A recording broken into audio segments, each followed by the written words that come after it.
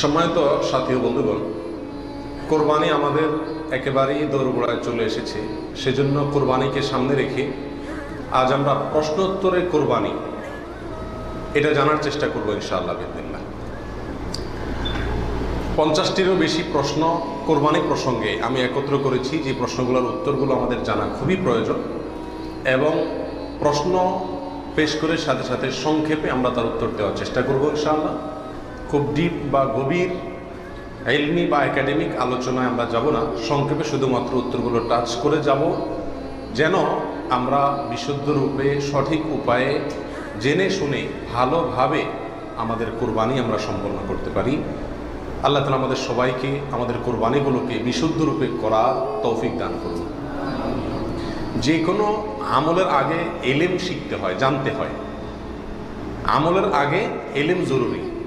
যে কোনো বিষয় আপনি আমল করতে চাইবেন, সেই বিষয়ে আমল করার আগে বিষয়টি সম্পর্কে যদি বিশদ ধারণা থাকে, পরিষ্কার জ্ঞান থাকে, তাহলে সেই কাজটি সুন্দর রূপে সুচারুভাবে এবং যথাযথভাবে সম্পন্ন করা সম্ভব হয়। আর যদি না শিখেই কাজ শুরু করে দেন, না জেনেই কাজ শুরু করে দেন, তাহলে ভুল ত্রুটির কারণে সেই কাজ দ্বারায় যে ভালো ফলাফল আসার কথা, সে ফলাফল না এসে উল্টা হিতে আরও বিপরীত হওয়ার আশঙ্কা আছে।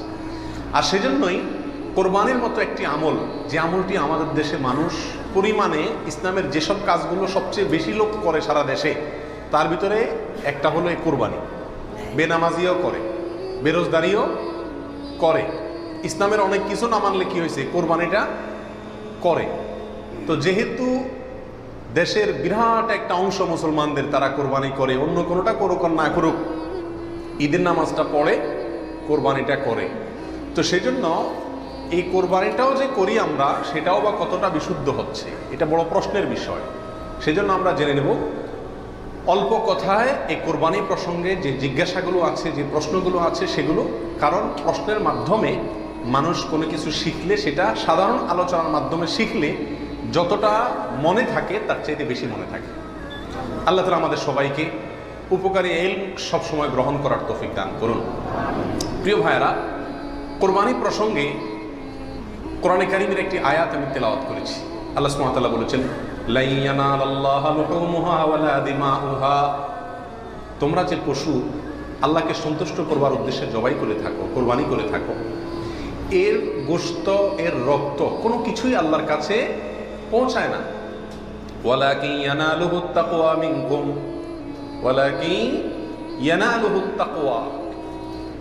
কিন্তু তোমাদের অন্তরে যে তাকওয়াটা আছে, কোন মানসিকতা নিয়ে, কোন উদ্দেশ্য নিয়ে, কেন তুমি কোরবানি করছো, কোরবানি করার সময় তোমার মনের ভেতরকার অবস্থাটা কি, সেটা কিন্তু আল্লাহর কাছে ঠিকই পৌঁছে যায়। গোশত রক্ত জমিনেই থেকে যায়, দুনিয়াতেই থেকে যায়, উপরে ওঠে শুধুমাত্র তোমার অন্তরের ইচ্ছাটা, বাসনাটা। এই জন্য কোরবানি করার আগে সবচেয়ে গুরুত্বপূর্ণ পয়েন্ট হলো নিয়তকে খালেস করে নেওয়া। কি করে নেওয়া ভাই? নিয়তকে খালেস করে নেওয়া। কোরবানি করার আগে একটু ব্রেক দিন, একটু দাঁড়ান, একটু থামুন। আপনি কোরবানি করতে যাচ্ছেন, একটু থামুন। কেন কোরবানি করছেন? নিজেকে নিজে প্রশ্ন করুন এবং এই প্রশ্নের উত্তর নিজেকে নিজে দিন। এরপরে নিজেই বিচার করতে পারবেন আপনার কোরবানির কোনো বিনিময় আদৌ আল্লাহর কাছে পাবেন নাকি কিছুই পাবেন না। সম্মানিত সাথী বন্ধুগণ, যত মানুষ আমাদের সমাজে কোরবানি করে, এই বিশাল জনগোষ্ঠীর সবচেয়ে বড় অংশ বলা যেতে পারে, এই কোরবানিটা আমাদের জন্য আজ ফ্যাশনে পরিণত হয়েছে। এটার ইবাদত থাকে নাই। কারণ ইবাদত হয় সেই কাজ, যে কাজ বান্দা আল্লাহকে খুশি করার জন্য। কোরবানিটা সবচেয়ে বেশি সংখ্যক মানুষ করে, এর একটা কারণ এটাও যে কোরবানি এমন একটা ইবাদত যেটা নগদ লাভ নিজেই পায়। গোশতগুলা ফ্রেশ বাসায় উঠাইতে পারে, ঠিক না? ঠিক। এই কারণে সমাজের বড় একটা অংশ কি করে? কোরবানি করে। আবার অনেকে কোরবানি করে নিজের নেতাগিরি জাহির করার জন্য। নেতা সাহেব, এমপি সাহেব, মন্ত্রী সাহেব, ব্যবসায়ী সাহেব, অমুক সাহেব, তমুক সাহেব, 10টা গরু, 5টা গরু, সবচেয়ে বড় গরু। এই যে একটা প্রতিযোগিতা, এই প্রতিযোগিতাটা মনে হচ্ছে ভালো কাজের প্রতিযোগিতা, আসলে এটা হলো এক ধরনের বড়াই মাতবরের প্রতিযোগিতা, নিজের প্রভাব প্রতিপত্তি, নাম সুনাম এগুলোকে প্রতিষ্ঠিত করার প্রতিযোগিতা, যেটা কি প্রশংসনীয় নাকি নিন্দনীয়? নিন্দনীয়। এই জন্য ভাইরা আমার, কোরবানি করার আগে প্রথম একটু থেমে নিজেকে প্রশ্ন করতে হবে, আমি কেন কোরবানি করছি? আমি কি মানুষকে দেখাবার জন্য করছি না আল্লাহকে সন্তুষ্ট করার জন্য করছি?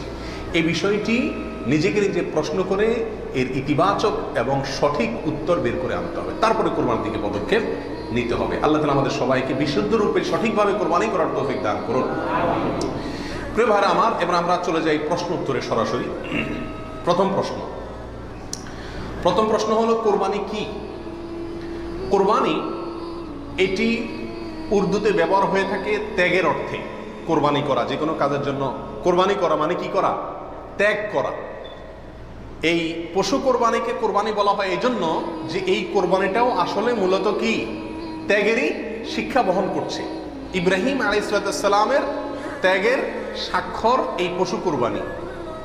এর মাধ্যমে ইব্রাহিম আলাইহিস সালাম যে আল্লাহর জন্য বিশাল বড় ত্যাগ করেছিলেন, আল্লাহর কথাকে মানতে গিয়ে নিজের জীবনের সবচেয়ে বড় পরীক্ষার সম্মুখীন হয়েছিলেন এবং তিনি ত্যাগ করে পরীক্ষা উত্তীর্ণ হয়েছেন। এই কোরবানি যেহেতু তার স্বাক্ষর, সেই জন্য ওই আমাদের সমাজে উর্দুতে সচরাচর যে কোরবানি এই শব্দটি ব্যবহার হয় সেটাই প্রচলিত আছে, অর্থাৎ ত্যাগ করা, কোরবানি। আর আরবিতেও কোরবান শব্দটি আছে, যেটা কোরআনে আল্লাহ তাআলা ব্যবহার করেছেন। আদম আলাইহিস সালামের দুই ছেলে কাবিল এবং হাবিল, তারা উভয়ে আল্লাহর কাছে আল্লাহর সন্তুষ্টির জন্য তারা সাদাকা পেশ করেছিল, নৈকট্য অর্জন করার জন্য। আল্লাহ বলেছেন ইত্তাকাররাবা কুরবানান, তারা উভয়ে যখন কোরবান পেশ করছে, যে কোরবান শব্দ কোরআনেও আছে, অর্থাৎ তারা উভয়ে এমন বস্তু পেশ করেছে যার মাধ্যমে আল্লাহর নৈকট্য অর্জন করা যায়। সেই অর্থে কোরবান মানে হলো আল্লাহর কাছে নৈকট্য অর্জন করার মাধ্যম বা উপায়, অর্থাৎ ত্যাগ করা অথবা আল্লাহর কাছে নৈকট্য অর্জন করার মাধ্যম। এ হলো কোরবানির সংক্ষিপ্ত শাব্দিক পরিচিতি। আর ইসলামী শরিয়াতে কোরবানি বলা হয় জিলহজের 10 তারিখে এবং তার পরবর্তী যে দিনগুলোতে কোরবানি করা যায় সেই দিনগুলোর ভেতরে কোনো পশু, অনুমোদিত পশু যেগুলো জবাই করলে সওয়াব হয় দিনগুলোতে, সেগুলোকে আল্লাহকে সন্তুষ্ট করার উদ্দেশ্যে জবাই করার নাম হলো কোরবানি। এ হলো ইসলামী শরিয়ার পরিভাষায় কোরবানির মোটামুটি একটি সংজ্ঞা। দ্বিতীয় প্রশ্নে চলে যাই আমরা, কখন কিভাবে কোরবানি শুরু হয়েছিল? এই কোরবানি শুরু হয়েছিল সর্বপ্রথম ইব্রাহিম আলাইহিস সালামের মাধ্যমে। আল্লাহ সুবহানাহু ওয়া তাআলা ইব্রাহিম আলাইহিস সালামকে স্বপ্নের মাধ্যমে নির্দেশ করেছিলেন নিজের সন্তানকে জবাই করার জন্য। আর সন্তান জবাই করা, এই কঠিন নির্দেশটি আল্লাহ সুবহানাহু ওয়া তাআলা করেছেন ইব্রাহিম আলাইহিস সালামকে। তাকে আল্লাহ তাআলা যত কঠিন পরীক্ষা করেছিলেন, এত কঠিন পরীক্ষা তার আগে আর কোনো নবীর প্রতি আল্লাহর পক্ষ থেকে ছিল না। জীবনের পদে পদে পরীক্ষা। পরিবার সহ রেখে আসো মক্কায়, কেউ নাই সেখানে, কোনো আবাদি নাই, পাহাড়ি এলাকা, ছোট দুধের বাচ্চা সহকারে নিজের স্ত্রীকে রেখে চলে আসো। বাহ্যিকভাবে অযৌক্তিক নির্দেশ আল্লাহ সুবহানাহু ওয়া তাআলা, সেটাও তিনি মেনেছেন এবং পরীক্ষা পাশ করেছেন। আল্লাহ বলেছেন ওয়াইদ ইবতালা ইব্রাহিম রাব্বুহু বিকালিমাতিন ফাআতাম্মাহুন, প্রতিটা পরীক্ষায় তিনি কি করেছেন? পাশ করেছেন। তো কোরবানির প্রেক্ষাপট হলো সংক্ষেপে এই, অল্প কথায়, আল্লাহ সুবহানাহু ওয়া তাআলা ইব্রাহিম আলাইহিস সালামকে তার নিজের সন্তানকে আল্লাহ সন্তুষ্টির উদ্দেশ্যে জবাই করার জন্য, কোরবানি করার জন্য নির্দেশ করেছেন। আল্লাহ সুবহানাহু ওয়া তাআলা তার সন্তানের জবাই করতে আসলে চান নাই। আল্লাহ চাইছেন তার মনের পরীক্ষা নিতে, যে আল্লাহর নির্দেশ মানতে গিয়ে তার সর্বোচ্চ ত্যাগটাও তিনি করতে পারেন কিনা। তিনি আলহামদুলিল্লাহ পরীক্ষায় পাশ করেছেন। তিনি রাজি হয়েছেন, গেছেন, ছেলেও পাশ করছে, মায়েও পাশ করছে। ছেলের মাও রাজি, ছেলেও রাজি, বাপও রাজি। তো আল্লাহ সুবহানাহু ওয়া তাআলা গোটা পরিবারেরই পরীক্ষা নিয়েছেন বলা যেতে পারে, এবং সবাই পরীক্ষা কি করছে? পাশ করছে। জবাই করতে গেছেন, আল্লাহ সুবহানাহু ওয়া তাআলা ছেলে তো জবাই হতে দিবেন না, এটা তো ছিল একটা পরীক্ষা মাত্র। আল্লাহ সুবহানাহু ওয়া তাআলা সেখানে অন্য একটা পশু, দুম্বা বা এই জাতীয় কোনো পশু আল্লাহ সুবহানাহু ওয়া তাআলা দিয়ে দিলেন। অন্য একটা পশু ওই ছেলের জায়গা আল্লাহ তাআলা দিয়ে দিলেন। ছুরি উনি চালালেন, এরপরে দেখলেন যে ছেলে দাঁড়ায় আছে, পশু জবাই হয়েছে। এ হলো কোরবানির সূচনা, প্রথম পশু কোরবানি। আজকে আমরা যে কোরবানি করছি এর সূচনা ছিল এভাবে। কার মাধ্যমে? ইব্রাহিম আলাইহিস সালামের মাধ্যমে। সেই কোরবানি আমাদেরকে কি শিক্ষা দেয় ভাই? সেই কোরবানি আমাদেরকে শিক্ষা দেয়, আল্লাহ সুবহানাহু ওয়া তাআলা যখন কোনো কাজের জন্য নির্দেশ করবেন, আল্লাহর গোলাম হিসাবে, আল্লাহর নুন খাই সেই হিসাবে নিঃশ্বাস গ্রহণ করছি, ছাড়ছি, প্রতি মুহূর্তে মুহূর্তে আল্লাহর নিয়ামতের সাগরে হাবুডুবু খাচ্ছি। আল্লাহই সৃষ্টি করেছেন, তার হাতেই জীবন মরণ সবকিছু। অতএব তার কোনো নির্দেশ, তার কোনো নিষেধ থাকলে সেটাকে মানতে গিয়ে পৃথিবীর যেই কোনো ধরনের ত্যাগের প্রয়োজন হয় সেটা করতে হবে। নিজের সন্তানকে জবাই করার মতো কঠিন নির্দেশও পালন করতে ইব্রাহিম আলাইহিস সালাম দ্বিধা করেন নাই। আল্লাহ সুবহানাহু ওয়া তাআলা ঠিকই কি করছেন, তাকে এর মাধ্যমে তিনি পাশ করেছেন এবং আল্লাহ সুবহানাহু ওয়া তাআলা তার মর্যাদা সমুন্নত করেছেন। এ হলো কোরবানির মূল শিক্ষা। আল্লাহর নির্দেশ, সেটা যত কষ্টই হোক মানতে, সেটা মানার জন্য সব ধরনের ত্যাগ করতে প্রস্তুত থাকা, এটা হলো কি ভাই? কোরবানির শিক্ষা। আর ওখান থেকে কোরবানিটা শুরু হয়েছে।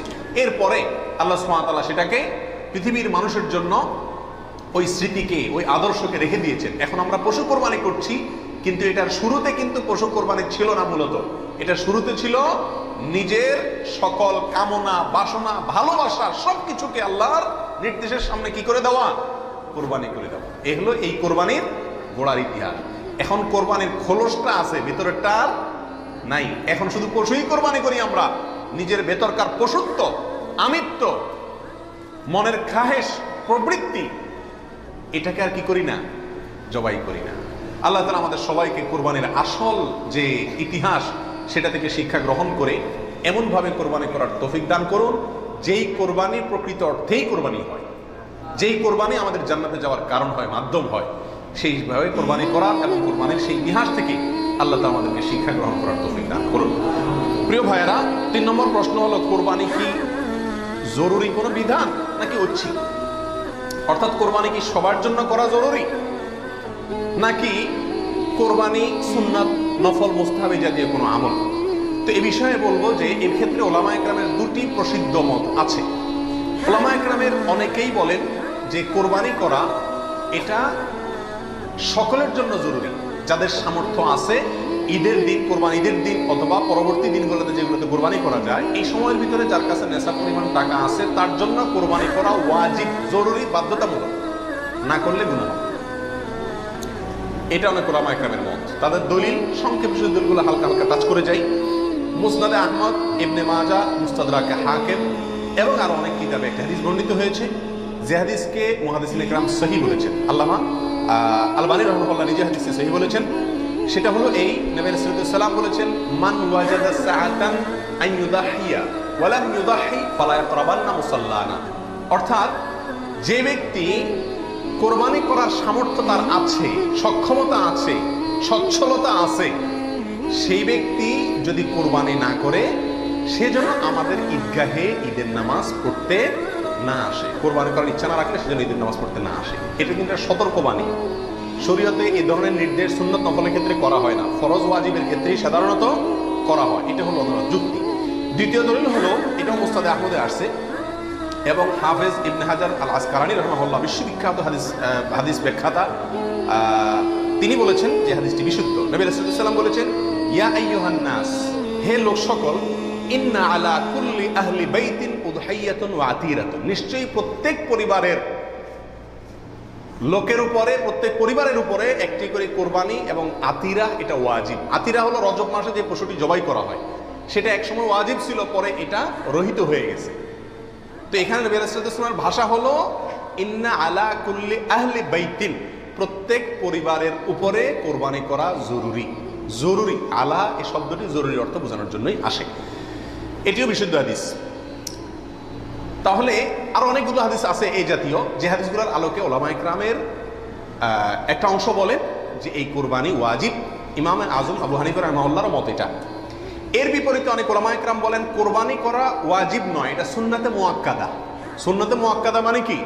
সুন্নাত কিন্তু খুবই গুরুত্বপূর্ণ সুন্নাত, বিনা কারণে এটা ছাড়া মাকরুহ, অপছন্দনীয়, ভালো কাজ নয়। সুন্নাতে মুআক্কাদা এবং ওয়াজিবের সাথে খুব বেশি তারতম্য নাই, কাছাকাছি গুরুত্বের বিচারে প্রায়। সাহাবীদের ভিতরে অনেক প্রসিদ্ধ সাহাবী, তারা কোরবানি করতেন না, ওয়াজিব মনে করবে মানুষ এই ভয়, এরকম কোন বর্ণনা পাওয়া যায়। তারপরে কোন বর্ণনা জানাবে এটাকে সুন্নাতু আবিকুম ইব্রাহিম, এ জাতীয় শব্দ ব্যবহার করেছে। এসব কারণে ওনারা সুন্নত বলেন, সুন্নতে মুআক্কাদা বলেন। যাই হোক, সর্বসাকুল্যে এই কোরবানি খুবই গুরুত্বপূর্ণ একটি বিধান, এটা হলো নিশ্চিত। ওয়াজিবের মতটা গ্রহণ করলে এটা বেশি সতর্কতা হয় এবং ইখতিলাফ এবং মতপার্থক্যের ঊর্ধ্বে উঠা যায়, এবং অনেকগুলো বর্ণের পক্ষে রয়েছে।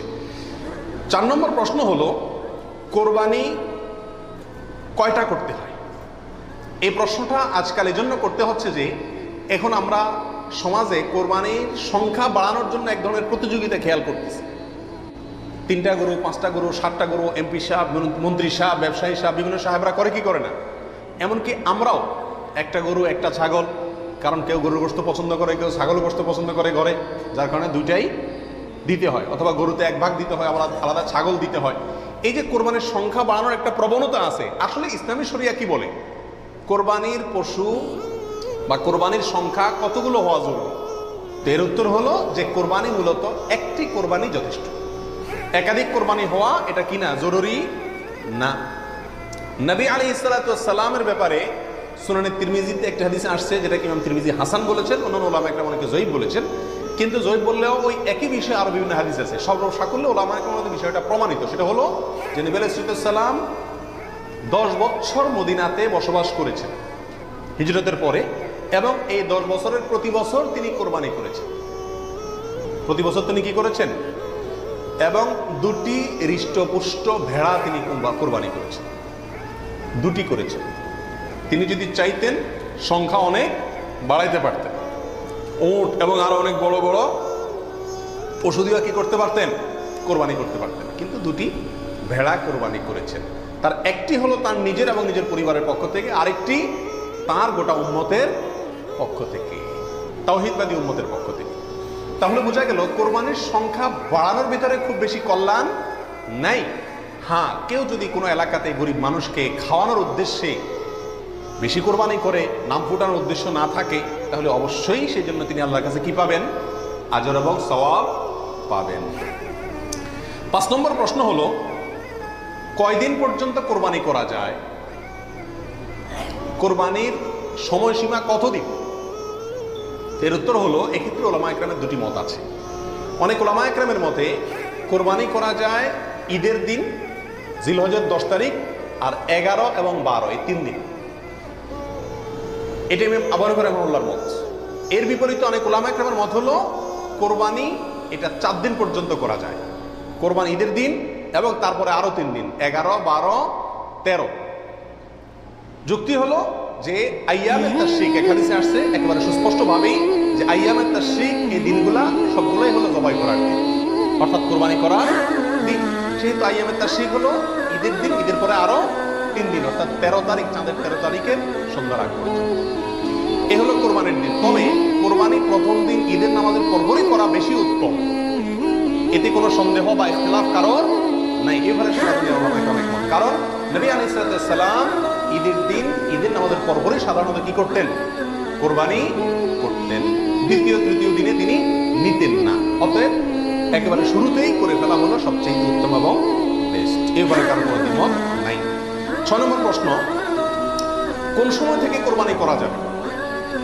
উত্তর হলো, ঈদের নামাজ যখন পড়া হবে, যেই এলাকাতে গরুটা জবাই হবে, ওই এলাকাতে যখন ঈদের নামাজ শেষ হবে, ঈদের নামাজ শেষ হওয়ার পরপরে কি করা যাবে? কোরবানি করা যাবে। আরেক এলাকাতে ঈদের নামাজ শেষ হয়েছে, সেজন্য আপনার এলাকাতে আপনি কি করবেন না? কোরবানি করবেন না। আপনার এই পশু যারা কোরবানি করবে, তারা ঈদের নামাজ পড়ার পরপরে কি করতে পারবেন? কোরবানি করতে পারবেন। এ হলো কোরবানির সময়। এরপরে আসি 7 নম্বর প্রশ্ন, রাতে কি কোরবানি করা যাবে?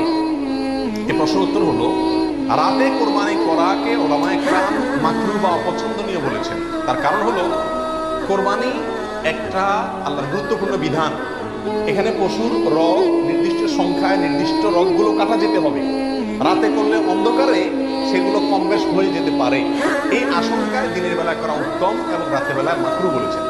তবে যদি পর্যাপ্ত আলোর ব্যবস্থা থাকে এবং এরকম কোনো ভুল হওয়ার আশঙ্কা না থাকে, তাহলে রাতেও কোরবানি করা যাবে, অর্থাৎ এই দিনগুলোতে আর কি, যে দিনগুলোতে করা যায়। এরপরে আসি 8 নম্বর প্রশ্ন, কোন কোন পশু দিয়ে কোরবানি করা যাবে? আপনি হাঁস মুরগি দিয়ে কোরবানি দিলে কোরবানি হবে কিনা?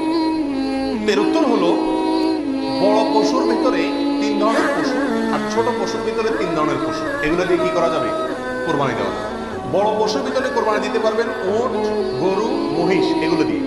মহিষ দিয়ে দিতে পারবেন কিনা এটা নিয়ে ওলামায়ে কেরামদের সামান্য ইখতিলাফ আছে। অনেকে মহিষকে গরুর অন্তর্ভুক্ত করেছেন, অনেকে করেন নাই। যার কারণে যারা করেছেন তারা বলছেন করা যাবে, যারা করেন নাই তারা বলছেন করা যাবে না। এই জন্য একান্ত অনন্য উপায় না হলে সেদিকে না যাওয়াই ভালো ইখতিলাফের দিকে। আর ছোট পশুর ভিতরে 3টা, দুম্বা, ছাগল এবং ভেড়া, এগুলো দিয়ে কি করা যাবে? কোরবানি করা যাবে। এছাড়া অন্য কোনো পশু দিয়ে, এই গৃহপালিত পশু ছাড়া আপনি হরিণ দিয়ে অথবা অন্য কোনো হালাল পশু যেটা গৃহপালিত না, সেটা দিয়ে কি করা যাবে না? কোরবানি দেওয়া যাবে না, দিলে কোরবানি হবে না। 9 নম্বর প্রশ্ন হলো, গাভী এবং ষাঁড় উভয়টা দিয়ে কোরবানি দেওয়া যাবে? কি বলেন? গাভী এবং ষাঁড় দুটা দিয়ে কোরবানি দেওয়া যাবে? যাবে। গাভী দিয়েও দেওয়া যাবে, ষাঁড় দিয়েও দেওয়া যাবে। 10 নম্বর প্রশ্ন হলো, পশুর বয়স কত হতে হবে? কত বছর বয়স হলে আপনি সেই পশু দিয়ে কি করতে পারবেন? কোরবানি দিতে পারবেন। এর উত্তর হলো, পশু যদি হয় সবচেয়ে বড় পশু অর্থাৎ উট, তাহলে সেক্ষেত্রে সেটার বয়স হতে হবে কমপক্ষে 5 বছর। কত বছর? 5 বছরের নিচে যদি উটের বয়স থাকে, ওইটা এমনি জবাই করে খেতে পারবেন, কিন্তু কোরবানি হিসাবে কি করতে পারবেন না, জবাই করলে ওটা কোরবানি আদায় হবে না। গরু যদি হয় তাহলে সেক্ষেত্রে তার বয়স হতে হবে কমপক্ষে 2 বছর। আর ছাগল, দুম্বা, ভেড়া এগুলো যদি হয় তাহলে তার বয়স হতে হবে কমপক্ষে 1 বছর। তাহলে ছোট পশুগুলা 1 বছর, গরু 2 বছর ও 5 বছর। ছোট পশুর মধ্যে আবার দুম্বা, ভেড়া এগুলো যদি 6 মাসের বয়স, 7 মাস, 8 মাসের বয়সেরটা দেখতে 1 বছরটার মতো বড় দেখা যায় তাহলে চলবে, কিন্তু ছাগলের ক্ষেত্রে পরিপূর্ণ কি হইতে হবে? 1 বছর হওয়া লাগবে। 11 নম্বর প্রশ্ন হলো, দাঁত দেখে বয়স নির্ধারণ করে আমাদের দেশে, এটা কি ঠিক নাকি বেঠিক? কি বলেন আপনারা? এটা ঠিক। কারণ হলো, পশু বিশেষজ্ঞ যারা আছেন, পশু সম্পর্কে যারা ভালো বুঝেন, পশু লালন পালনে যারা দক্ষ, অভিজ্ঞ, তারা পশুর গালের ভেতরকার বিশেষ ধরনের দাঁত যখন একটা বের হয় তখন বুঝেন এটা 1 বছর হয়েছে, 2টা বের হলে বুঝেন 2 বছর হয়েছে, এবং এটা অভিজ্ঞতা দ্বারা মোটামুটি প্রমাণিত, প্রতিষ্ঠিত। যার কারণে ওইটার উপরে নির্ভর করে বছর নির্ধারণ করা, নির্ণয় করা কি আছে? সঠিক। তবে কোনো পশু যদি নিশ্চিতভাবে জানা যায় তার বয়স 1 বছর, 2 বছর বা যেই পরিমাণ বয়স হওয়া দরকার সেই পরিমাণ বয়স হয়েছে কিন্তু দাঁত উঠে নাই, তবুও সেটা দিয়ে কি দেওয়া যাবে? কোরবানি দেওয়া যাবে। দাঁতটা মেইন না, মেইন হলো বয়সটা ওই পরিমাণ হয়েছে কি না। ওই বয়সে হওয়ার পরও কি থাকতে পারে? দাঁত নাও থাকতে পারে। এরপরে আসি 12 নম্বর প্রশ্ন, ত্রুটিযুক্ত পশু দিয়া কোরবানি দিলে কি কোরবানি হবে? ত্রুটিযুক্ত পশু, একটা পশুর ভিতরে কোনো দোষ আছে, ত্রুটি আছে, সমস্যা আছে, রোগবালাই আছে, ওইটা এমনি জবাই করে খেতে পারবেন, কিন্তু কোরবানি দিলে কোরবানি হবে কি না? এর উত্তর হলো, কিছু কিছু ত্রুটি আছে, যেই ত্রুটিগুলো থাকলে পশু কোরবানি করলে ওই কোরবানি যথেষ্ট হবে না। আর কিছু কিছু ত্রুটি আছে যেগুলো থাকলেও কি দেওয়া যাবে? ওই ত্রুটি সহকারে কোরবানি দিলে কোরবানি হয়ে যাবে। কোন ত্রুটিতে আপনার কোরবানি দিলে কোরবানি হবে না? একটা হলো ল্যাংড়া হওয়া, এমন ল্যাংড়া যে ল্যাংড়ার কারণে সে পশুর পালের সাথে চললে পিছায় যায়, তাদের সাথে তাল মিলা ধরে রাখতে পারে না, অথবা জবাই করার জায়গা পর্যন্ত হেঁটে যাওয়ার ক্ষমতা নেই, তাকে ঠেলা নিয়ে যেতে হয়, ছেঁচড়ায় নিয়ে যেতে হয়, শক্তি নেই পায়ে, 1 পা হোক 2 পা হোক, এরকম ল্যাংড়া খোঁড়া যদি হয় তাহলে ওইটা দিয়ে কোরবানি কি হবে না? যথেষ্ট হবে না, হাদিসে স্পষ্টভাবে নিষেধ করা আছে। আরেকটা হলো যে এই পরিমাণ রুগ্ন, অসুস্থ, রোগা, যে রোগার কারণে সে চলাফেরা করতে পারে না, বা যে হাঁটার শক্তি নেই, প্রচন্ড রোগা, দুর্বল, সেটা দিয়ে কোরবানি দিলেও কি হবে না? কোরবানি হবে না। আরেকটা হলো যে অন্ধ, এমন অন্ধ হয়, এক চোখ কানা অথবা চোখ অন্ধ, অথবা চোখে এমন সমস্যা আছে যে সমস্যার কারণে সে দেখে না, স্বাভাবিকভাবে ঘাস টাস রাখলেও সে বুঝে না কোনটা কি, অথবা ওই জায়গা পর্যন্ত দেখে একা একা যেতে পারে না, উষ্ঠা খায়, তার মানে চোখে বড় সমস্যা আছে, এরকম থাকলে কি হবে না? কোরবানি হবে না। একটা শিং অথবা 2টা শিং গোড়া থেকে উঠে গেছে, একেবারে গোড়া সহ উঠে গেছে, এরকম যদি হয় ওইটা দিয়ে কোরবানি দিলেও কোরবানি হবে না। তবে যদি সামান্য হয়, সামান্য কান কাটা, সামান্য শিং ভাঙা, সামান্য একটু পায়ের সমস্যা, সামান্য একটু অসুখ বিসুখ আছে, এরকম যদি হয় সেগুলো দিয়ে কোরবানি দিলে কি হবে? কোরবানি হয়ে যাবে। অর্থাৎ ত্রুটি যদি ছোট হয় সমস্যা নেই, বড় ত্রুটি যদি হয় তার কারণে কি হবে না? ওই পশুটি কোরবানি দিলে কোরবানি যথেষ্ট হবে না। 13 নম্বর প্রশ্ন হলো, কেনার পর যদি ত্রুটি দেখা যায় তাহলে কি করবেন? আপনি ভালো পশু কিনে নিয়ে আসলেন, কোরবানি করবেন, রেখে দিয়েছেন, খাওয়াচ্ছেন, হঠাৎ করে দেখা গেল চোখের সমস্যা, যে কোনো কারণে পা হয়ে গেছে, বড় ধরনের সমস্যা হচ্ছে, তখন কি করবেন? উত্তর হলো, যদি আপনি গরিব মানুষ হন তাহলে সেক্ষেত্রে যেটা আছে ওইটাই জবাই করবেন। আর যদি আপনার সামর্থ্য থাকে তাহলে সেক্ষেত্রে আপনার ওইটার বদলে আরেকটা পশু কিনে সেটাকে কি করবেন? কোরবানি করবেন। এরপরে আসেন 14 নম্বর প্রশ্ন, কোরবানির দিন হাঁস মুরগি জবাই করা জায়েজ আছে কিনা? আমাদের দেশে অনেকেই গ্রামের দেশে বলেন যে কোরবানির দিনগুলোতে, ঈদের দিনে কি করা যায় না? হাঁস মুরগি জবাই করা যায় না। আসলে কতটা সঠিক? উত্তর হলো, এটা সম্পূর্ণ ভিত্তিহীন বানোয়াট কথা। এর কোনো গ্রহণযোগ্য ভিত্তি ইসলামী শরিয়াতে নাই। বরং কোরবানি ঈদের দিনে কেউ চাইলে হাঁস বা মোরগ কি করতে পারবে? জবাই করতে পারবে। তবে যদি এটাকে কোরবানির নিয়তে করে যে আমার তো গরু ছাগল দেওয়ার সামর্থ্য নাই, আমি মুরগি দিয়েই দিলাম কোরবানি, তাহলে সেক্ষেত্রে এই জবাই কি হবে না? জায়েজ হবে না। কারণ এই পশু দিয়ে কি হবে না? কোরবানি হবে না। এমনি গোশত খাওয়ার জন্য যদি জবাই করে তাহলে ঈদের দিনও জবাই করাতে কোনো সমস্যা নাই। 15 নম্বর প্রশ্ন হলো, কোরবানির পশু এটা দেখায় বেড়ানো, প্রদর্শন করে বেড়ানো, এটা কি জায়েজ আছে কি? আজকাল কোরবানির পশু কেনার পরে মহল্লাতে, গ্রামে, পাড়াতে, আশেপাশে একটা চক্কর মোটামুটি দেয় না? দেয় না?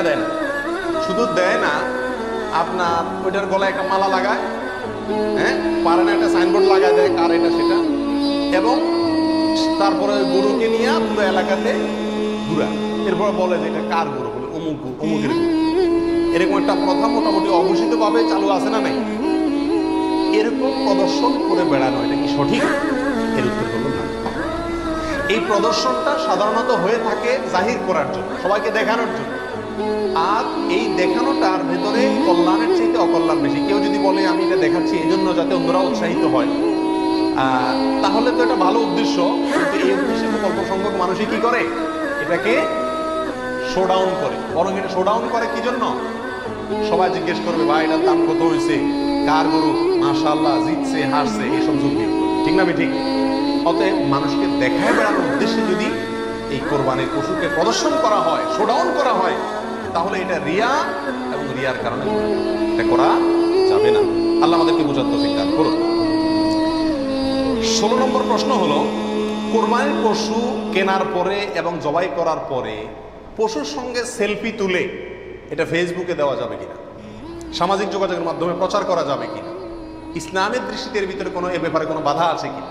এর উত্তর হলো, কোরবানির পশু কেনার পরে অথবা জবাই করার পরে ওই পশুর সাথে সেলফি দেওয়া, সেলফিটাই তো অনেকের মতে এটা একটা মানসিক রোগে পরিণত হয়েছে। আর এই গরুকে কেনার পরে, ছাগল কেনার পরে তার সঙ্গে ছবি তুলে, সেলফি তুলে ওইটা ফেসবুকে বা সামাজিক যোগাযোগের মাধ্যমে প্রচার করা, এটা ইসলামী শরিয়ার দৃষ্টিতে খুবই গর্হিত এবং নিন্দনীয় একটি কাজ। বিশেষ করে এই জন্য যে প্রথমত বিনা প্রয়োজনে এই ছবিটা তোলা হচ্ছে, দ্বিতীয়ত হলো এর মাধ্যমে নিজে কি কোরবানি দিচ্ছে এটাকে কি করা হচ্ছে? জাহির করা হচ্ছে, প্রচার করা হচ্ছে। বাহবা কি আল্লাহর কাছ থেকে নিতে চান না মানুষের কাছ থেকে নিতে চান? আল্লাহর কাছ থেকে যদি নিতে চান তাহলে ওইটাকে প্রচার করে মানুষের কাছে লাইক কমেন্ট পাইলেন, সেই আশায় এটাকে আপনার লাইক কমেন্টের ব্যবসায়, বিজনেসের পুঁজি হিসাবে খাটাইলেন। আল্লাহর কাছে তার বিনিময় পাওয়ার আশা করা বড় কঠিন। এই জন্য এই গরুর সাথে সেলফি তোলা, বিশেষ করে জবাই করার পরে রক্ত সহকারে ছবি তোলা, এগুলো কোনো অবস্থাতেই ইসলামের শরিয়ার দৃষ্টিতে খুব একটা ভালো কাজ নয়। এগুলো থেকে আমাদের মিথ্যা বিরত থাকা উচিত, মনে করা উচিত এটা একটা ইবাদত। এটা কি ইবাদত? ইবাদতের ক্ষেত্রে তামাশা বা যা মনে চাইলে তা করলাম, ফাইজলামতি করলাম, এর কোনো সুযোগ নাই। আল্লাহ আমাদেরকে বোঝার তৌফিক দান করুন। 17 নম্বর প্রশ্ন হলো, ভাগে কোরবানি দেওয়া যাবে কি?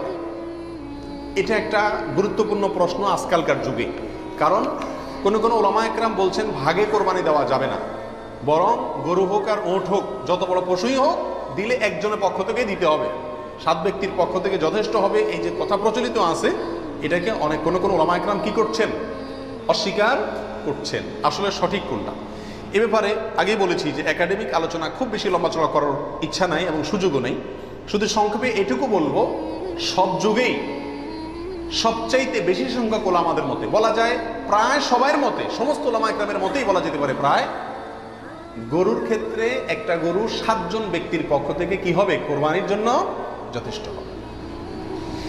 এক্ষেত্রে বিচ্ছিন্নভাবে যে 2-1 জন আলেম বলছেন যে গরু হোক আর ওট হোক একজন থেকে হবে, 7 জন থেকে হবে না, তাদের যুক্তিগুলা খুবই ঠুনকো এবং খুবই দুর্বল। নবী আলাইহিস সালাম যে সফরে একাধিক ব্যক্তিকে কোরবানিতে অংশগ্রহণের সুযোগ দিয়েছিলেন, তারা বলেন যে ওটা সফরের জন্য নির্দিষ্ট, অথচ নবী আলাইহিস সালাম সেটা নির্দিষ্ট করেন নাই, এটা ওনারা নির্দিষ্ট করছেন। নবী আলাইহিস সালামের কোনো নির্দেশ সফরে হোক, হাজারে হোক, সফরের বাইরে হোক, যে কোনো নির্দেশ সাধারণত ব্যাপকভাবেই সবার জন্য সব সময়ের জন্য প্রযোজ্য হয় যদি কোরআন এবং সুন্নাহর কোনো বর্ণনা দ্বারা নবী আলাইহিস সালাম নিজে ওইটাকে নির্দিষ্ট না করে দেন। তিনি সফরে যদি কোনো নির্দেশ করেন, ওই সফরের বাইরের জন্য সেটা কার্যকর হবে কি হবে না? যদি কেউ সফরের জন্য নির্দিষ্ট করতে চায় তাহলে তার জন্য পৃথক দলিলের প্রয়োজন। বিধায় এটাই হলো বেশিরভাগ ওলামা একরামের মত। বিচ্ছিন্নভাবে কোনো আলেমের মত থাকতে পারে, কিন্তু সে 1-2 জন আলেমের কথা না শুনে সংখ্যাগরিষ্ঠ ওলামা একরামের মতের উপর আমল করবেন।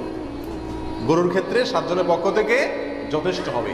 তবে একটা কথা এখানে বলতেই হবে, সেটা হলো উত্তম হলো একাকি দেওয়া, ভাগে না দিয়ে কিকে দেওয়া? একাকি দেওয়া। এক্ষেত্রে কারোর কোনো দ্বিমত নাই, একাকি দিতে পারলে সেটা সবচেয়ে বেস্ট এবং ভালো।